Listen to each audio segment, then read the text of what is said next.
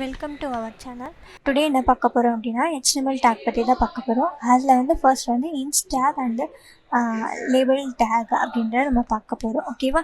இன்ஸ் டேக் அப்படின்னா நம்ம வந்து ஒரு பேராகிராஃபில் இருக்குது, இல்லை நான் ஒரு எக்ஸாம்பிளே நான் சொல்கிறேன் உங்களுக்கு ஈஸியாக புரியுற மாதிரி. ஓகேவா?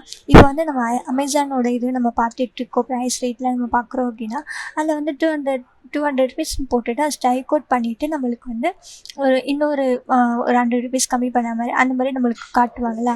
ஸோ அது எப்படி அப்படின்னு சொல்லிட்டு பார்க்குறது தான் வந்து அந்த டெலீட் இதுன்னு சொல்லிட்டு ஓப்பன் ப்ராக்கெட் போட்டு அந்த வந்து ப்ளூன்னு ஒரு ஆப்ஷன் வச்சுட்டு அந்த நம்ம வச்சுட்டோம் அப்படின்னா அதேமாதிரி ஓப்பன் பண்ணோம் அப்படின்னா க்ளோஸ் ப்ராக்கெட்டும் பண்ணிவிட்டு நம்ம அதை பண்ணியிருக்கோம் அப்படின்னா அது வந்து அது மாதிரி ஸ்ட்ரைக் அவுட் பண்ண மாதிரி நம்மளுக்கு வரும். ஓகேவா?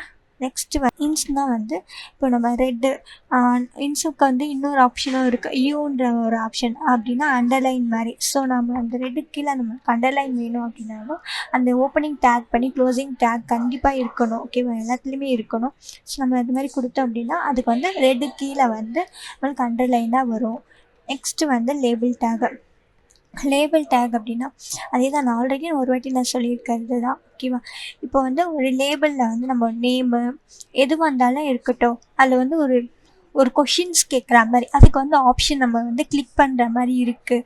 இப்போ எக்ஸாம்பிள் வந்து டிஎன்பிஎஸ்சி எக்ஸாமில் எதனா ஒரு ஆப்ஷன் தான் நம்மளால் கிளிக் பண்ண முடியும். அந்த மாதிரி இருக்கிறது தான் வந்து அதோடைய டைப் வந்து நம்ம ரேடியோ டைப் அப்படின்னு சொல்லிட்டு நம்ம சொல்லுவோம். ஓகேவா?